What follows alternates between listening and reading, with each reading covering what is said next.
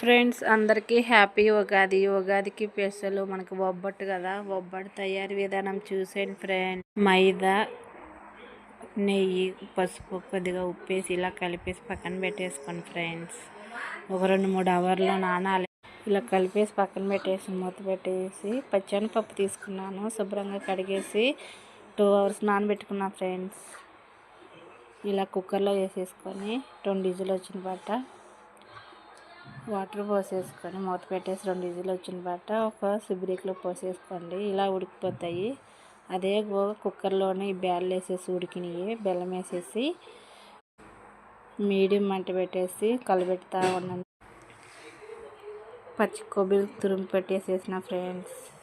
ఏలక్కాయ కొద్దిగా ఇంగ వేసేసి ఇలా దంచేసేని మెత్తగా పౌడర్ వచ్చిన బట్ట ఇలా మనము పూర్ణంలో వేసేసి కలిపేసేయాలి.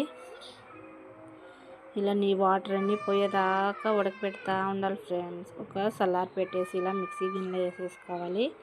మిక్సీ గిన్నెలో వేసేసుకొని పేస్ట్ లాగా చేసేసుకోండి. పేస్ట్ లాగా వేసుకొని బౌల్లోకి తీసేసుకొని ఇలా సలారిపోద్ది. మనం కలిపెట్టుకున్న మైదా తీసుకొని నేను వచ్చేసి ఇక్కడ నెయ్యితో చేసుకున్న ఫ్రెండ్స్. ఒబ్బట్లో నూనెతో కూడా చేసుకున్నా బాగుంటాయి.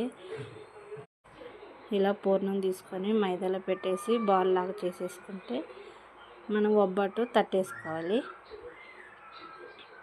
తట్టేసుకొని రౌండ్గా మనం నెయ్యిలో ముంచుకొని 2 చేతులు ఇలా పెట్టేసుకొని మనం తట్టుతూ ఉంటే మనకు ఒబ్బట్టు పల్స్గా రావాలి ఫ్రెండ్స్. లావుగా రాకూడదు.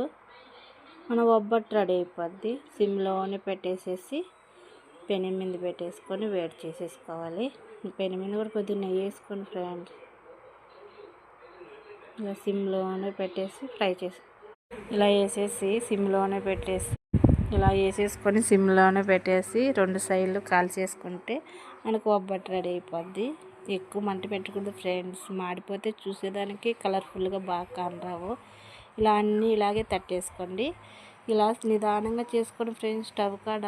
అందరికీ హ్యాపీ ఉగాది. ప్రతి ఒక్కరు హ్యాపీగా ఉండాలని మనస్ఫూర్తిగా కోరుకుంటున్నాను.